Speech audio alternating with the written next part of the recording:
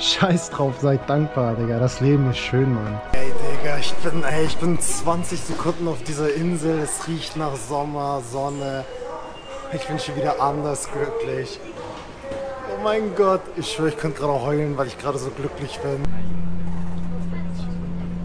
Naha ist so die Hauptstadt von Okinawa. Da ist auch noch so am meisten los. Es ist noch eher so wie eine Stadt als der Rest der Insel, der dann schon remoter ist. Man merkt schon direkt so, ja, auch wenn Naha die Hauptstadt ist, es ist schon echt nicht so ausgebaut wie Tokio, Osaka, whatever. Mehr remote. Ist keine Beschwerde, ich freue mich. Ich hab's. Ah, guck.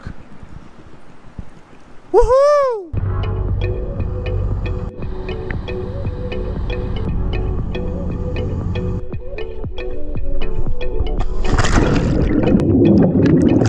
In Naha, also der Hauptstadt Okinawas, sollte man höchstens 2 bis 3 Tage verbringen. Es gibt hier zwar ein großes Angebot an Bars, Clubs und Einkaufszentren, aber dafür kommt man nicht nach Okinawa. Auch der Strand ist hier nicht so schön, aber von hier aus kann man viele Schnorcheltouren machen, was ich dann auch gemacht habe. Die bekannteste und beste ist die Kerama Island. Kostet ca. 60 € und sollte schon so früh wie möglich gebucht werden. Bei mir war sie schon fast ausverkauft, trotz mehrerer Anbieter. Aber zum Glück habe ich noch einen Platz gefunden. Wer einen Tauchschein hat, kann auch tauchen. Wir haben 3 Stopps gemacht und der beste war definitiv der mit der Schildkröte. Die Unterwasserwelt ist einfach krass und die ganze Tour dauert ca. 6 Stunden.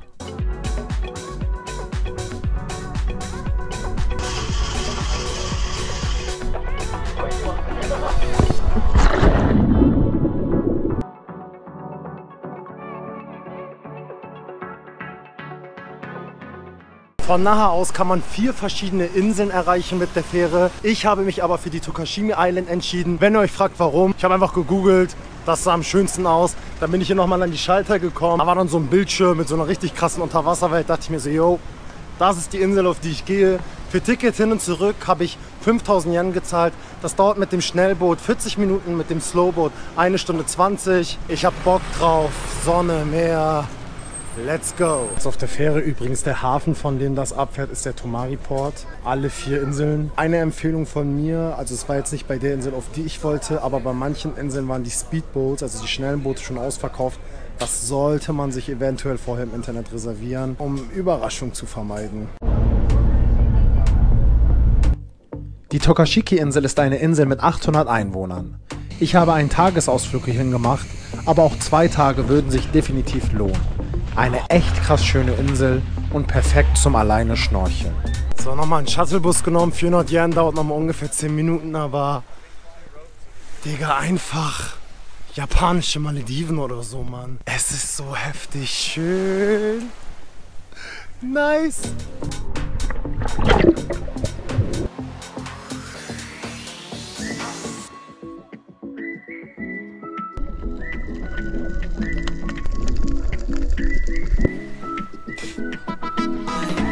Ey, das war so krass. Ich bin vielleicht 20 Sekunden oder so rausgeschwommen und schon voll die Unterwasserwelt. Also du musstest echt nicht mal weit raus. Und was richtig komisch war, die Fische waren überhaupt nicht scheu, sind voll nahe gekommen, sind sogar auf mich zugekommen. So, und jetzt schaue ich mir noch mal ein bisschen hier die abgelegeneren Ecken der Insel an. Da bin ich noch alleine. Komm, hier sind noch weniger Leute.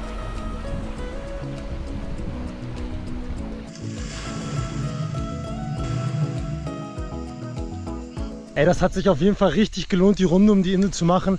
War nur ganz bisschen anstrengend, aber hier sieht das Meer noch mal geil aus. Und der Abturner war, auf der anderen Seite war ein Bademeister und der die ganze Zeit, schwimm nicht zu weit raus, mach nicht dies, mach nicht das. Nach 5 Minuten hat er mich schon 10-mal ermahnt. Hier bin ich schön alleine, werd jetzt schön weit rausschwimmen, was willst du tun?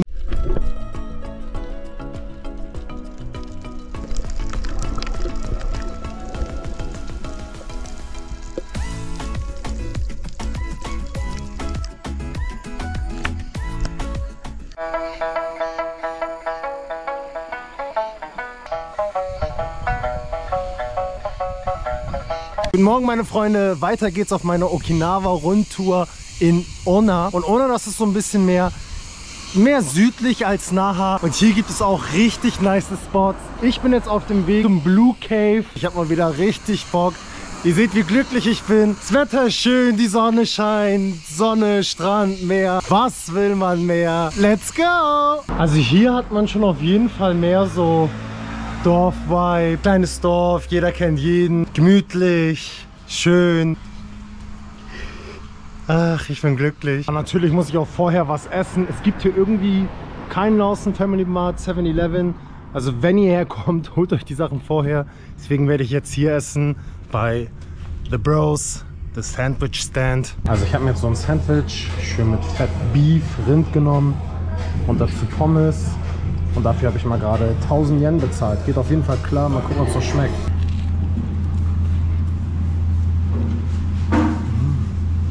Also das Essen war eine 10 von 10. Besitzerin richtig korrekt drauf. Den Laden kann ich euch empfehlen, wenn ihr zum Blue Cave geht. Fish also on ground. Okay. So many shoes, please. Irgendwie hatte ich gehofft, war so naiv zu hoffen, dass es schön leer sein wird. Aber nein, ist natürlich viel los. Man muss sich in Japan, das ist Pflicht, so eine Schwimmweste und diese Marineschuhe anziehen, damit man nicht auf die tödlichen Dinge tritt. Schnorcheln und Flossen kann man sich ja auch ausleihen. Ich habe jetzt für all das hier 2200 Yen bezahlt, geht auf jeden Fall klar. Zum Blue Cave würde ich keine Tour empfehlen, weil die meisten viel teurer sind und man das auch easy selber machen kann. Die ganze Ausrüstung kann man sich vor Ort ausleihen, auch wenn man mit Sauerstoff tauchen möchte, ist das alles kein Problem. Es gibt auch Orte, wo man seine Sachen wegschließen und duschen kann und genau deswegen empfehle ich, das alleine zu machen.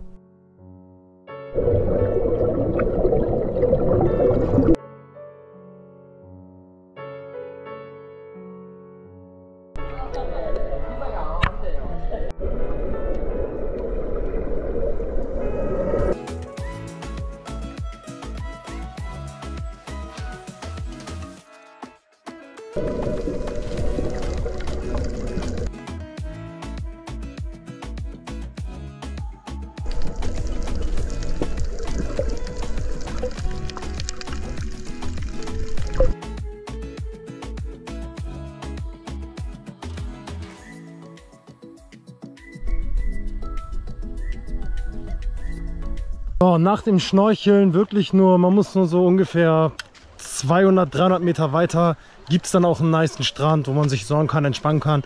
Aber Blue Cave ist wirklich nur zum Schnorcheln und zum Ansehen, zum Erleben. Life is better at the beach, bro. Ich glaube, das lasse ich mir tätowieren. Ja, Mann, das lasse ich mir tätowieren. Es hätte sogar eine Bedeutung bei mir. Guckt mal bitte, wie schön diese Kombi Gestein und Blumen aussehen. Es muss Vulkangestein sein, weil es sieht auch erstmal so aus. Zweitens ist Vulkangestein ja übelst fruchtbar. Es ist so schön hier. Wow.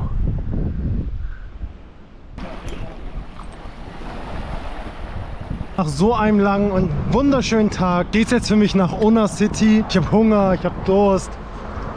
Ich habe Lust, den geilen Tag richtig nice enden zu lassen. Am besten mit einem richtig guten Essen. Das Ding ist halt, dass die Amis hier irgendwo in der Nähe eine Basis haben, eine Militärbasis. Deswegen hat das hier ganz auch so einen amerikanischen Touch. Dann schauen wir doch mal, was der Burger Shop zu bieten hat.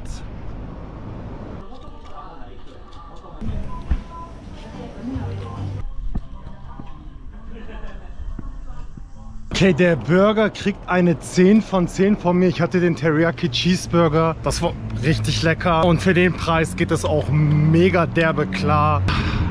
Der Tag wird immer besser und besser. Oh mein Gott, und so nach dem Essen muss ich jetzt auf den Berg hochklettern zu meinem nächsten Ziel. Jetzt ist auch alles wieder verbrannt, die Kalorien. Jetzt gibt es Kaffee und Nachtisch im Trip Café. Blueberry Cheese Pancake. Digga, Wallah, der ist so übelst heftig fluffig. Schaut euch das nochmal an. Fluffig sein Vater. Boah.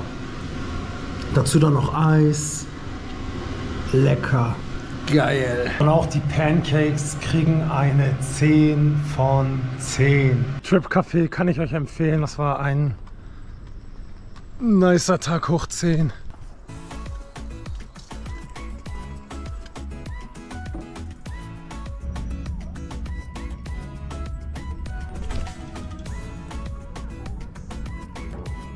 Leider ein bisschen verdecken die Wolken den Sonnenuntergang, aber egal, durch die Ruhe, einfach diese Ausstrahlung und die Schönheit dieser Welt bekommt das auch eine 10 von 10 für das Gesamtpaket. Damit hat der Tag eine 10 von 10 und es geht noch weiter auf Okinawa. Für mich geht es heute nach Kume Island. Es dauert mit der Fähre ungefähr 3,5 Stunden. Das Ticket hat 6.200 Yen gekostet, aber hin und zurück. Ich empfehle euch, holt euch gleich hin und zurück. Und das sind halt auch so Inseln, die sind nicht so riesig. Da macht man höchstens 2 Tage. Ich werde jetzt eine Nacht da bleiben. Morgen geht es dann weiter noch zu einer anderen Nebeninsel, die ich euch auf jeden Fall empfehle. Das zeige ich euch aber später. Also es ist echt ein bisschen anstrengend rauszufinden, welche Inseln sind gut, welche nicht. Bis jetzt habe ich keinen Flop erlebt, muss man auch mal sagen. Ihr habt Glück, dass ihr mich habt, dass ich das vielleicht rausfinde. Übrigens, jede Fähre fährt von diesem einen Tomari-Port ab.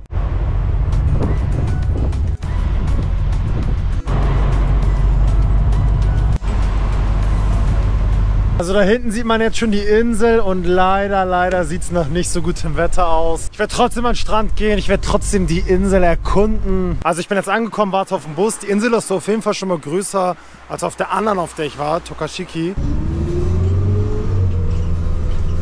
Also ich habe hier so ein Mädchen in der Unterkunft getroffen, die meinte, es war jeden Tag gutes Wetter, bis auf heute, genau da, wo ich da bin, und deswegen werde ich jetzt einfach schlafen und nichts machen. Spaß, Junge, ich gehe trotzdem ins Meer. Scheiß auf den Regen. Das sieht trotzdem richtig geil aus. Und ich glaube, ich gehe auch ins Wasser, wovor ich so ein bisschen Angst habe, ist, es gewittert halt auch ein bisschen. Und wie wir alle wissen, der Blitz schlägt immer am höchsten Punkt ein. Und wenn ich dann im Wasser bin, wäre ich der höchste Punkt. Vielleicht kriege ich meine Superkräfte endlich. Jeder Junge träumt davon, vom Blitz getroffen zu werden und irgendwie am Ende wie Son Goku zu sein. Ja, zumindest in der Kindheit hatte jeder Junge mal diesen Traum. Letztens mit einer Krankenschwester gesprochen und die meinte, Menschen, die vom Blitz getroffen werden, haben ihr Leben lang heftige Schmerzen. Wenn sie es überleben, das wäre nicht so nice. Guck, hier ist sogar so eine kleine Hütte, wo ich so meine Sachen abstellen kann. Schauen wir uns mal das Wasser an. Ey, das ist hier bestimmt schon übelst schön, wenn das Wetter auch schön sein würde. Guckt euch das mal an. Selbst so ist das voll schön. Das Wasser und das Wetter sind trotzdem warm. Da ist noch jemand. Ich bin nicht alleine. Jetzt hat der Blitz 2 Möglichkeiten einzuschlagen. Let's go!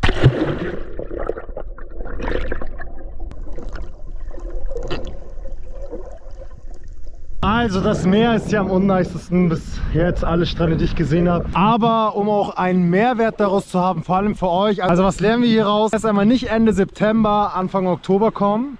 Erstens. Zweitens, der Strand ist nice, das Wasser sieht auch nice aus, aber bis jetzt die meisten Steine am Strand und am Anfang des Wassers. Das kann ich auch beim schlechten Wetter beurteilen. Rutscht beim Ranking runter, wenn wir mal ganz ehrlich sind. Dann singen wir mal ein bisschen Karaoke, Leute.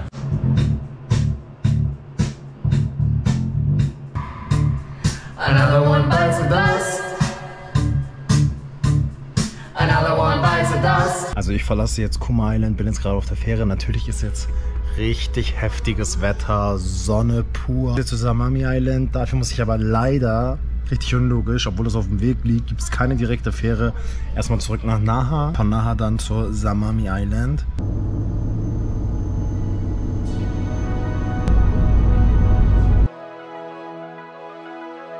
So, ich bin jetzt auf der Insel angekommen und die sieht schon mal nice und einladend aus auf jeden Fall. Besser als die Kume Island.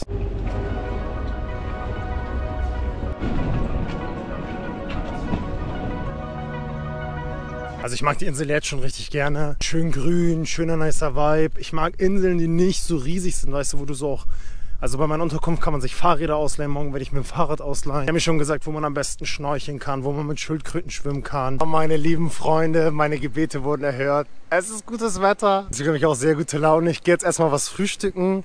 Danach werde ich mein Fahrrad nehmen und die ganze Insel erkunden. Halt nicht so groß, das schafft man alles an einem Tag locker. Ich glaube sogar einen halben Tag.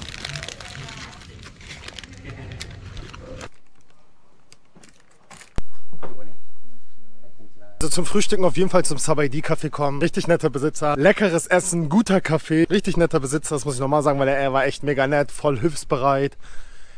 Jetzt geht's los. Oh mein Gott, ich habe so gute Laune, weil gutes Wetter ist. Ich sehe schon ein paar graue Wolken, deswegen ganz schnell einmal schnell zum Strand und in die Sonne legen.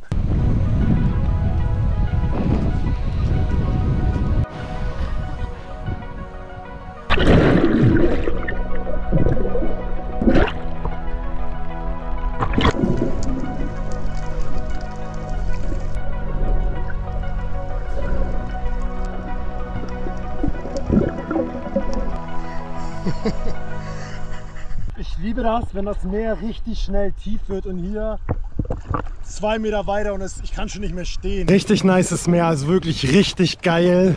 Sonne ist auch noch mal rausgekommen. Ja Mann, Samami Island ist echt schön.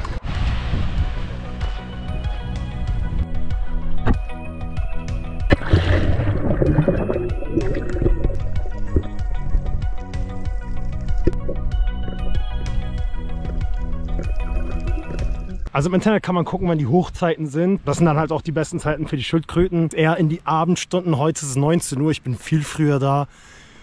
Ich bin schon mit Schildkröten geschwommen, auch hier in Japan. Aber wer es will, soll hier zur Hochzeit kommen und sich das einfach im Internet raussuchen, wann es ist. Also das war auch ein richtig geiler Strand. Japans Paradies hat einfach so viel zu bieten, Okinawa. Der Strand ist eher geeignet für Kinder, würde ich sagen, Familie mit Kindern, weil das Wasser wird nicht tief. Es gibt hier auf der Insel auch richtig viele so eine Aussichtspunkte, also wirklich mehrere, 5, 6 Stück. Ich bin jetzt zu einem gekommen, Alter. Ich zeige euch gleich mal meine Aussicht. Kann hier sogar zu gewissen Jahreszeiten Wale beobachten. Jetzt ist nicht die Jahreszeit. Oh mein Gott, Digga. Don't wanna waste time. I'll never be this young. I'll never be this young again. Don't wanna chase highs when I'm too worn out. When I'm too worn out. So I'm never coming down. Never coming down. Leute, das Leben ist schön, wenn ihr es euch schön macht. Komm, ich komme nicht aus reichem Elternhaus. Ich bin ein ganz normaler Durchschnittsjunge, Digga, und guckt euch mein Leben an. Und das könnt ihr auch. Guck, ich muss sogar den Müll hinterher rennen. Ganz normaler Junge, wie jeder andere. Aber guckt euch mein Leben an, Digga. Und das könnt ihr auch. Das kann jeder. Habt ihr Angst? Macht es mit Angst. Habt ihr keine Angst, umso besser. Macht es. Sagen alle nein, dann erst recht, Digga. Beweist denen, dass sie falsch liegen.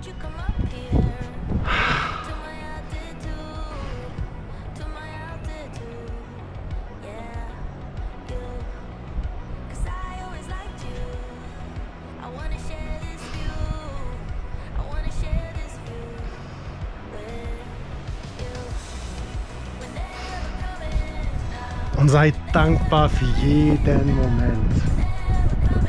Ob ihr nun hier in so einem Paradies seid oder nicht, scheiß drauf, seid dankbar, Digga. Das Leben ist schön, Mann. Vielleicht nicht immer einfach, aber schön.